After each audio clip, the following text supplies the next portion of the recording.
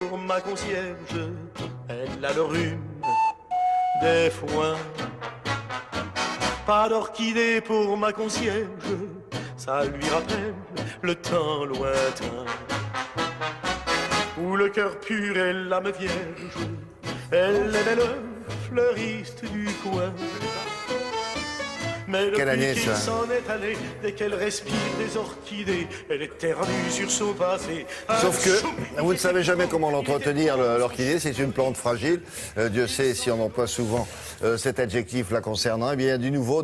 Il y a de nouveau. Qu'est-ce que c'est? On parlait d'un gel. Là, vu de loin, comme ça pourrait être. Oui, généralement, c'est l'homme qui extrait des plantes, des orchidées, des sérums pour notre beauté. Eh bien là, l'homme a créé un sérum, tout simplement, pour l'orchidée.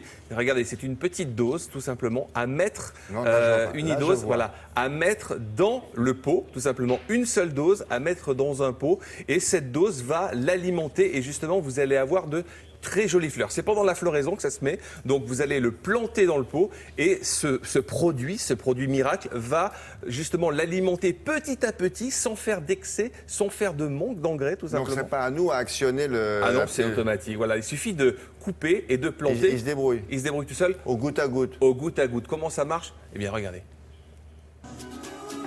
Vous connaissez les salons de détente dédiés à votre forme et votre beauté? Eh bien, désormais, cette orchidée peut s'offrir aussi une cure de bien-être grâce à une nouvelle gamme de produits conçus et mis au point pour recréer chez vous un véritable salon de beauté pour orchidées. Pour ne plus retrouver cette plante dans cet état, des solutions existent. Il y a bien sûr toute la gamme habituelle de soins, terreaux, insecticides, engrais et même sprays hydratants pour les entretenir et les faire briller. Mais la petite révolution aujourd'hui, c'est ce sérum de beauté. Il suffit de couper l'extrémité de la pipette et de l'implanter au niveau des racines. Pendant 4 semaines, le sérum va nourrir l'orchidée en fleurs et va même l'aider à refleurir dès les premiers signes de fatigue. Une vraie cure de jouvence.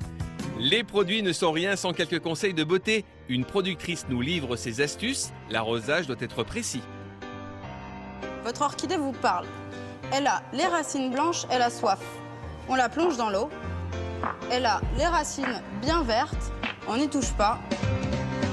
Deuxième astuce, un cache-pot pour une orchidée, il n'y a aucun souci.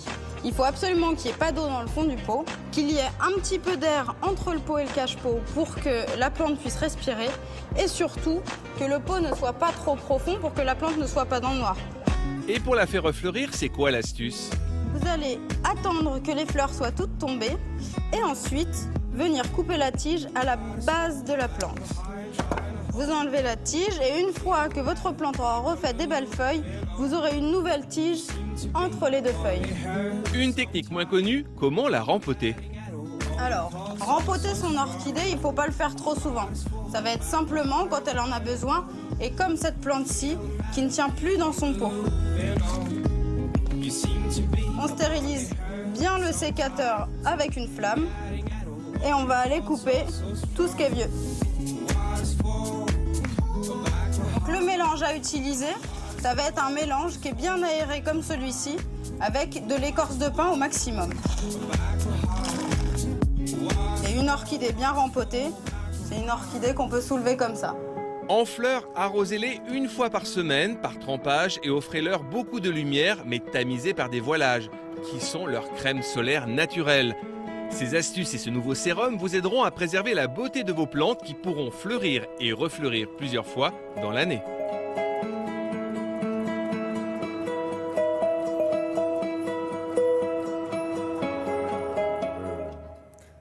Ouais. On coupe. Voilà. Et alors? Eh bien, on coupe et on plante, tout simplement. Attendez, non, j'ai Voilà. pas bien vu. Oui, d'accord.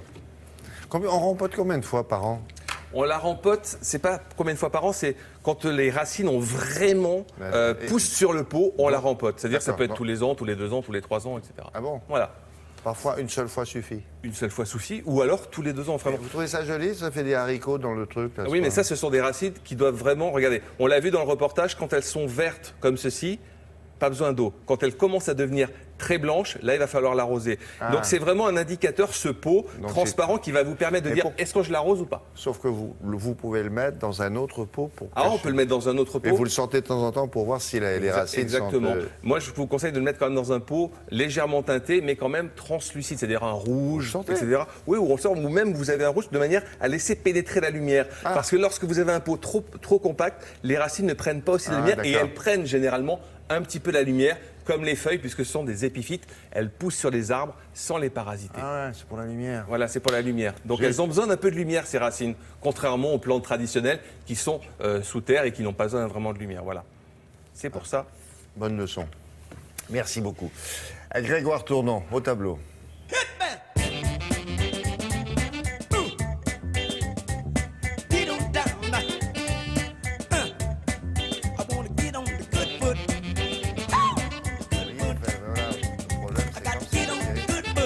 Surtout pas. J'ai écouté Philippe. Mais il n'a pas dit ça. Hein. Ah, il n'a pas dit ça. Hein, t'as pas dit ça. Il a pas... C'est des boutons. Ah oui, pardon, je n'avais pas vu. Ah, je suis meilleur en sport qu'en Enlevez-lui jardinage. ça de là, il est dangereux avec des ciseaux. Voilà, merci beaucoup. Ça se passe au même moment, à l'autre bout du monde. Ce sont des internationaux d'Australie. Et alors Et alors, il y a des Français? Oui, il y en a 2 sur les cours aujourd'hui. Il y en a combien au début? 20 et quelques? Alors, il y en avait une vingtaine. Il y avait beaucoup de filles et beaucoup de garçons. Ils sont plus beaucoup. Voilà, il y aura encore quand même Richard Gasquet qui va jouer dans une vingtaine de minutes. Et Caroline Garcia qui a joué cette nuit et qui a perdu. On regarde ce qui s'est passé pour Caroline Garcia qui quitte Melbourne au 3e tour. La 36e mondiale a tenté de résister aux assauts de la Canadienne Eugénie Bouchard, 7e du classement. Eugénie, elle est en bas et Caroline est en haut. Pas, elle est trop forte, et on rappelle que Eugénie Bouchard avait atteint les demi-finales ici l'an dernier et qui a été en finale du dernier Wimbledon. Elle s'impose en 2 manches, 7-5, 6-0. Donc, après la défaite de Caroline Garcia, il reste Alizé Cornet. Elles sont habillées pareil. Il y a une blonde et une brune. Elles sont habillées, elles ont le même sponsor, donc elles ont les mêmes couleurs. Ceci explique cela. Bouchard, hein. Ah, dur. Mais, Caroline Garcia l'avait déjà battue auparavant, lors de leur précédente et unique confrontation. Voilà, je sais tout, William. C'est un peu mon boulot aussi. Voilà. On va parler de football. On connaît le tirage au sort des 8e de finale de Coupe de France. Alors le choc, ce sera PSG Nantes, ce sera dans 3 semaines sur France Télévisions. Et un dernier qualifié hier, c'est Rennes, regardez, qui s'est qualifié au tir au but. Les Rennais, 9e de Ligue 1, qui accueillaient Reims 11e. Et sur leur terre, les Bretons ouvrent le score sur pénalty de Sylvain Armand à la demi-heure de jeu. Rennes mène 1-0 à la mi-temps.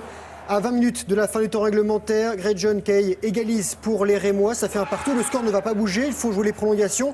Et puis, la cruelle séance des tirs au but. Le gardien de Rennes, Benoît Costil, arrête 3 tentatives.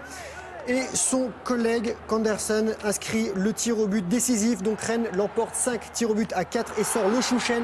Reims range le champagne. Et les 8e de finale, Rennes sera opposé à un autre club de Ligue 1. Ce sera Monaco. Voilà pour le football Coupe de France. Et ça, c'est la CAN, Coupe d'Afrique des Nations qui se déroule en Guinée équatoriale. Les Aigles de Carthage, tunisiens, ici en blanc, battent les Chipolopos de Zambie. C'est boulet cuivre, hein, Chipolopo, parce que je parle zambien. 2-1. C'est Yacine Chikawi qui inscrit le but de la victoire pour la Tunisie, qui est première de son groupe pour le moment. Mondial de handball à Doha, au Qatar. 4e victoire en 5 rencontres pour la France en blanc. Les champions d'Europe battent l'Algérie 32-26. Samedi, les Français tenteront d'obtenir la première place du groupe face à la Suède. Rappelons qu'au JO de Londres, la France avait battu la Suède en finale. Et un peu de volley, tour à droite de votre écran, battu 3-7-0 chez les Italiens de Pérouse. Et après la 5e journée de Ligue des Champions, les Italiens sont premiers et les Tourangeaux sont derniers avec 5 défaites. Donc 5 journées, 5 défaites, 1-0 pointé. Un essai, vous allez voir ça, le dernier des 3 inscrits par Oyonnax dans la boue, lors de la 6e journée du Challenge européen de rugby. C'est bien un match pour une match de lessive. lessive. Exactement, ça va coûter cher au pressing. Et les Oyonnaxiens battent donc zébrer les Italiens 20 à rentrer à la maison avec ses chaussettes comme ça. Oui, c'est maman qui va être contente. On va finir sur... Et vous, c'est ça? C'est maman qui fait la non, lessive? c'est papa qui fait la lessive. Moi, on m'achète une nouvelle machine, je suis super content. C'est comme un nouveau téléphone portable. Voilà, on va parler de rallye un petit peu. Oui. Ouais, mais il n'y aura pas que ça, il y aura de la glace après. Regardez le rallye, c'est le rallye de Monte-Carlo, 83e édition. Sébastien Loeb, nonuple champion du monde et septuple vainqueur de cette épreuve, qui ne participe qu'à quelques étapes du circuit. Il est en tête après les 2 premières spéciales disputées entre Entrevaux et Digne-les-Bains. Ça se passe dans les Alpes de Haute-Provence, un très très beau ralenti, William. Et son compatriote Sébastien Ogier, champion du monde ces 2 dernières années, après le retrait de Loeb, est en 2e position. Et c'est lui qui est le tenant du titre ici. Et pour terminer, on va prendre de la hauteur avec des amateurs de gros glaçons. L'ice climbing, les écrins qui fêtaient ses 25 ans, 300 des meilleurs glaciéristes du monde. Glaciéristes, c'est comme ça qu'on appelle les spécialistes de cascades sur glace. Ça s'est passé à l'Argentière, l'ABC, c'est du côté des Alpes, des Hautes-Alpes, au cœur des Hautes-Alpes, dites-moi. Ça sont des images relativement rares. C'est pour ça qu'on vous les montre, parce qu'en il faut en passer plus souvent, parce que ça intéresse tout le monde. Et regardez ce que c'est, quand il y a un mix de glace et de rocher, ça s'appelle le dry tooling, outillage sec. Voilà, et on garde quand même les crampons et les piolets. C'est une discipline à pratiquer en dessous, il y a quoi? Il y a du vide. Il y a du vide, il y a du gaz, comme on dit. Ouais. Du gaz. Ouais, c'est le terme technique entre glaciéristes, comme ça on l'utilise. Le gaz. Très bien. Merci beaucoup. Pourquoi Sébastien Loeb, il ne fait que quelques étapes? Comment il peut être classé en faisant? Non, en fait, alors là, il participe à ce rallye-là, mais il va participer à d'autres épreuves qui ne sont pas des épreuves de rallye, des épreuves d'endurance. Voilà. Il a décidé de se retirer du monde du rallye. Voilà. Il n'est plus sur le circuit mondial de rallye. Mais, enfin, il a quand même fait cette épreuve. Il paye son petit billet pour participer. Non, il a le droit de participer. On l'avait vu, on l'a croisé sur le rallye. Il ne sera pas classé alors, puisqu'il fait pas sur le championnat du monde. Voilà. Non, mais il ne fait pas toutes les épreuves de ce rallye, donc il n'y a aucune raison qu'il soit classé. Regardez, Sébastien est là, il est bien dans la course, il y a bien marqué. Il peut gagner cette épreuve. Il n'aura gagné qu'une épreuve sur l'ensemble des rallyes de la saison. Donc il pourra avoir un classement.